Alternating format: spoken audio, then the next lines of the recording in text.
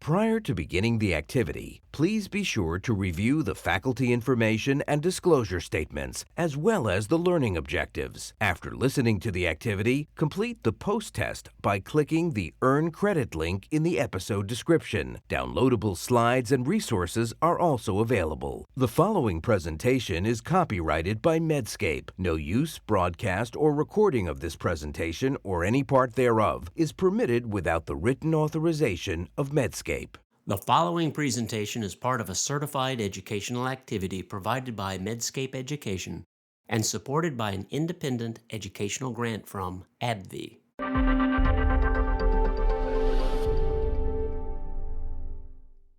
Hello, I'm Dr. Peter Leo. I'm a clinical assistant professor of dermatology and pediatrics at Northwestern University, Feinberg School of Medicine. Welcome to this program titled Atopic Dermatitis Balancing Act, exploring the safety and efficacy of JAK inhibitors in practice. I'm joined today by Dr. April Armstrong. Hello, everyone. I'm April Armstrong, and first of all, I'm so glad to be joining Dr. Liu on this exciting discussion. And I am Professor and Chief of Dermatology at UCLA. And we're going to have a quick fire style program today where we'll have just 60 to 90 seconds to answer the questions. And with that, let's get started. All right, this is exciting. Dr. Armstrong, what efficacy outcomes are you seeing in the trials for JAK inhibitors? What do you feel like are the important ones, and what are you pointing out here for us? So, when we're thinking about our FDA approved JAK inhibitors, we have abrocitinib and we have upadacitinib. What we're seeing here are easy and IgA outcomes for abrocitinib. Let's take a look at some of the higher efficacy because I think that's where JAK inhibitors really shine. So, for example, when we're looking at EZ90, we're looking at around 40% of the patients by week 12. So, this is only 3 months into starting the medication, able to get at least 90% improvement in terms of their eczema severity. And this is quite notable. And what we see here also is that with abrocitinib, as we know, we have two doses, 100 milligrams and 200 milligrams. In general, most of us would start with 100 milligrams and then transition to 200 milligrams. But what we learn from this is that the 200 milligrams, as you can see with these figures here, is that it is more efficacious than 100 milligrams, and it is able to get us to quite robust efficacy with stringent endpoints such as EZ90. And then if we look at, for example, upadacitinib, what we see is that similarly to abrocitinib in the sense that these JAK inhibitors are very fast with regards to getting our skin clear. Of note, when we're thinking about these clinical outcomes and really thinking about the EZ90, IgA clear, almost clear, what we see is that with upadacitinib, the 30 milligrams is more efficacious than the 15 milligrams. However, when we're looking at the differences between the 15 and 30, it's not double the efficacy. It is improved efficacy, but it's not double the efficacy. However, that being said, if you have a patient who is not responding to 15 milligrams, for example, I would consider dose escalating them to 30 milligrams. Or if you have a patient who is very severe to start with, you may even consider starting them at 30 milligrams. Now, with that, Dr. Liu, let me ask you a question. How about JAK inhibitors? How do they compare with systemics in head to head trials? So this is always really exciting to me because we often get these drugs studied sometimes as monotherapy and oftentimes along with topical agents, but we rarely get to see head-to-heads. However, with our JAKs, we get to see abrocitinib versus dupilumab, and that's really exciting. Now, that particular trial gave us a real sense that the starting dose, the lower dose of abrocitinib, 100 milligrams, was pretty comparable to dupilumab, but the higher dose of abrocitinib, the 200 milligrams, was substantially better when we look at the IgA response. So I think we can see, as you alluded to before, that the JAK inhibitors as a class really do allow us to ratchet up that treat to target goal just a little bit higher, and it does seem to be a little bit better than dupilumab. Now, the caveat is, of course, that this is at the time points in the study. So one of the interesting things, and you really see this with the upadacitinib versus dupilumab comparison, we can see that especially initially, the upadacitinib, the JAK inhibitor, kind of shoots out for the lead. But as we get farther and farther along, they start to converge. So one of the interesting questions is, if left long enough, is it possible that this would become blurrier and blurrier? And the answer is, I don't know. I think for some patients, certainly, because we can see biologics continuing to get better over time. But I really do feel pretty confident in saying that the JAK inhibitors as a class here, especially at their higher dose, are not only a little bit more efficacious, but also certainly faster to get there. And I think that's okay. There are different mechanisms. There probably are different subtypes of patients who respond a little bit differently to both. And that's part of the art of medicine for us. We can kind of find the right fit for the right patient. Now I'd like to turn it back to you. What about the meta-analyses? So there have been a couple of interesting abilities for us to look at a comparison using some fancy Bayesian network meta-analysis mathematics to really allow us to compare. How do you think about these? When we're thinking about meta analyses, there are several important things to keep in mind before we even look at the data. Number one, we want to look at what endpoint that they're looking at. And number two, we want to look at, importantly, what time period they're looking at. And also, analytical methods are very important. How comparable are the populations when we are evaluating them? There are differences with regards to the outcomes. And I think sometimes people can get a little bit confused with regards to which medication is more efficacious. But we do see some trends. For example, in this particular network meta analysis, we're looking at differences in change in EASI versus our biologic agent for eczema. And one of the things is that differences in change in EASI is a pretty sensitive measure. And overall, what we do see is that, especially in earlier periods, we are looking at, for example, JAK inhibitors versus our biologic medications. And we do see a higher difference in terms of change compared to the baseline in the JAK inhibitors that are approved in the US. For example, abrocitinib or upadacitinib. Baricitinib is not approved in the US for atopic dermatitis, but is approved elsewhere, for example, in Europe and so forth. And so what you see is that with baricitinib, relatively lower efficacy at the doses of 2 milligrams and 4 milligrams with regards to comparison to our approved abrocitinib and upadacitinib. But overall, the takeaway message from this is that when we're looking at changing EASI scores, and especially early on during the earlier periods, we do see a bit more robust efficacy in terms of skin clearance with regards to people who are taking JAK inhibitors compared to those who are on biologics. And now, Peter, let's talk about PROs, right? Because we know that this is what matters a lot to our patients, patient reported outcome measures. And I was wondering if you can take us a little bit through itch improvement and so forth.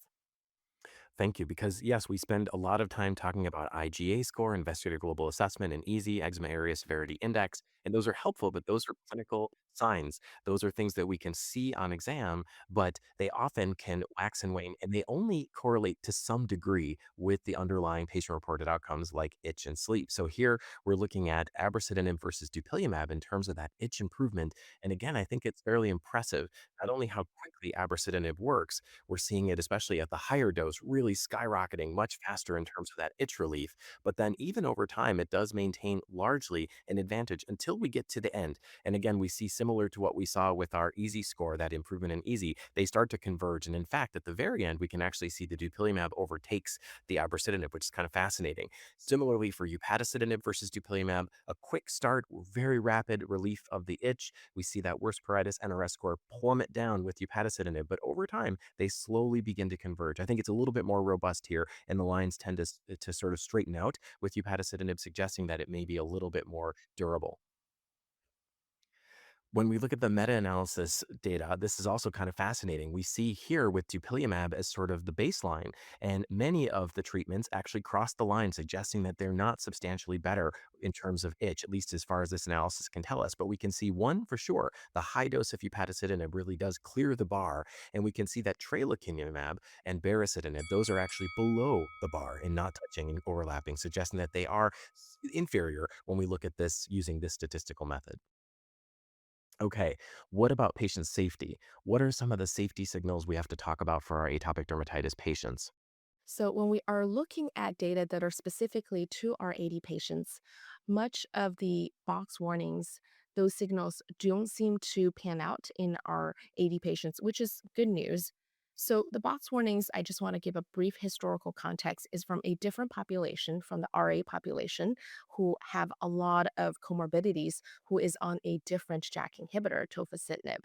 So, historically, the box warnings have carried to all of the oral JAK inhibitors that have been approved since, regardless of the type of oral JAK inhibitor and regardless of disease state. So we need to kind of keep that in mind, how relevant the data from a different JAK inhibitor and how relevant the data from a different disease population actually applies to our AD population. I look at the data for our AD population more specifically, and that is what I care most about because that's the population that's the most relevant here, of course. So, what AEs are actually seen in our AD population? So, first of all, with some of our JAK inhibitors, there can be nausea, vomiting, some GI distress that's seen with our JAK inhibitors. Another thing is that acne can be seen in our patients taking JAK inhibitors. In addition to that, there is a dose dependent increase in herpetic infections. And that's why I make sure that our patients who I'm about to start them on JAK inhibitors make sure that they get vaccination for zoster infection. Now, Dr. Leo, let's talk about blood work. That's oftentimes a frequently asked question.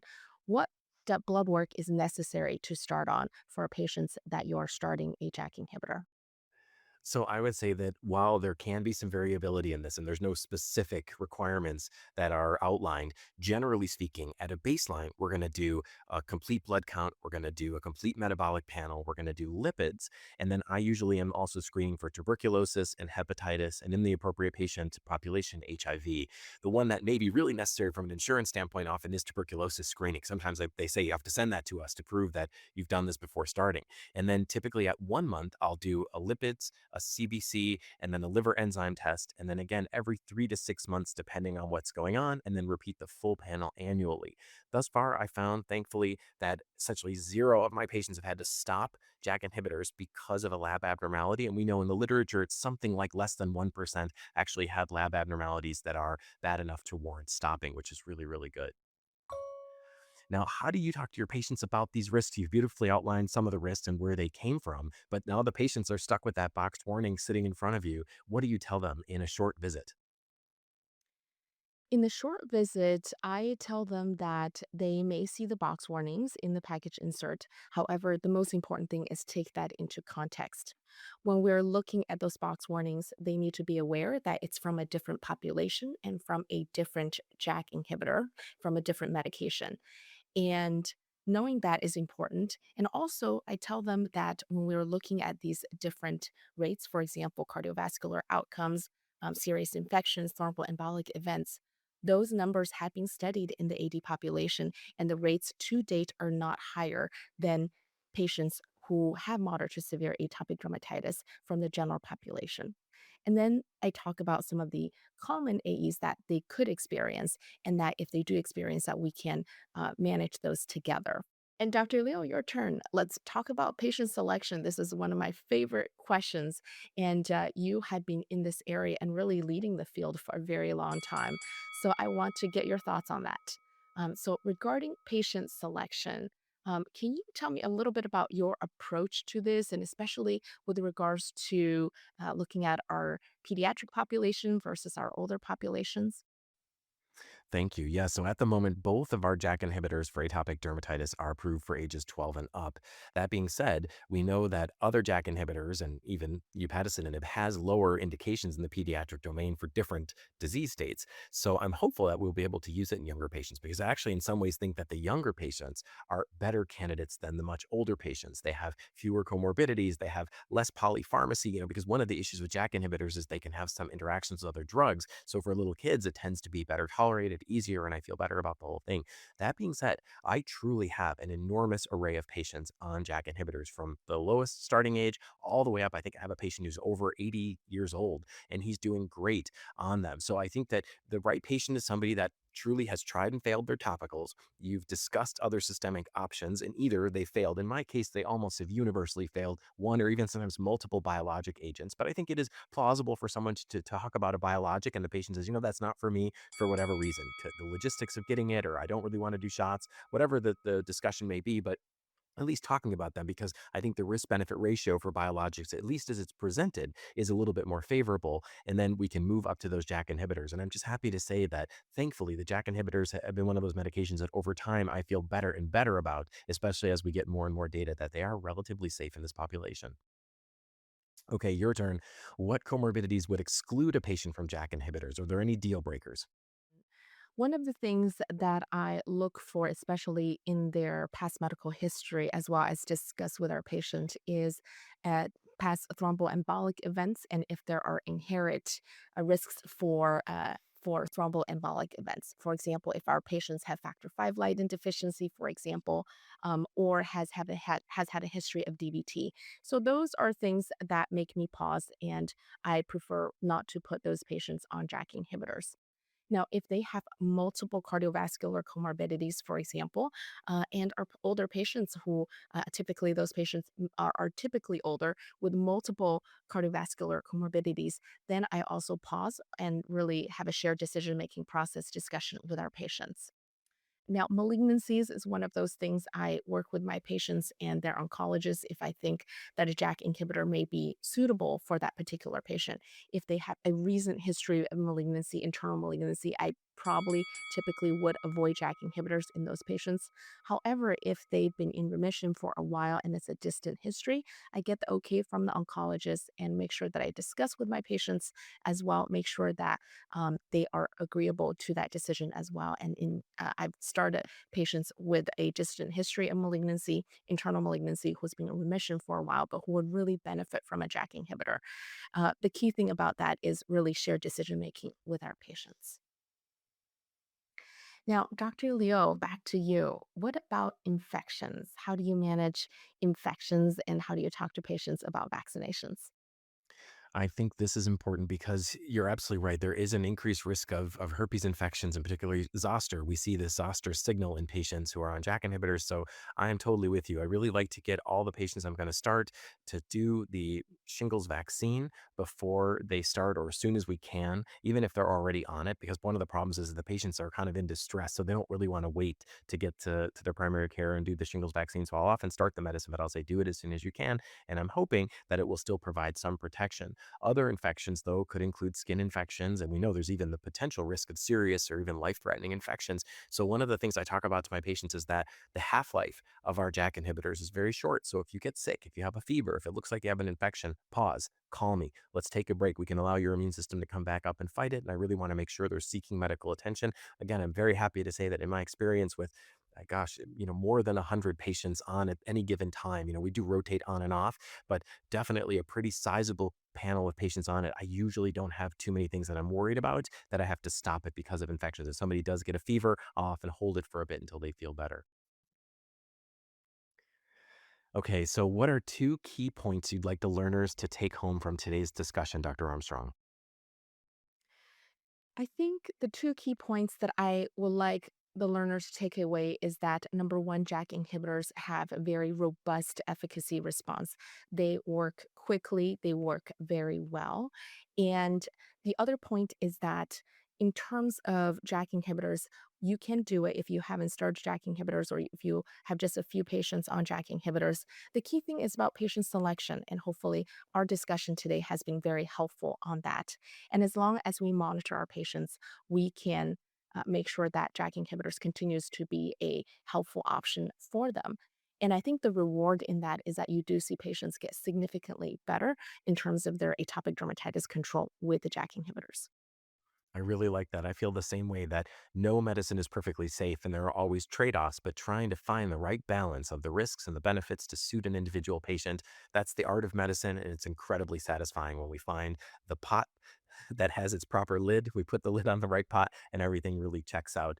Thank you so much for joining me today. This was fantastic and a great discussion. And thank you all for joining us.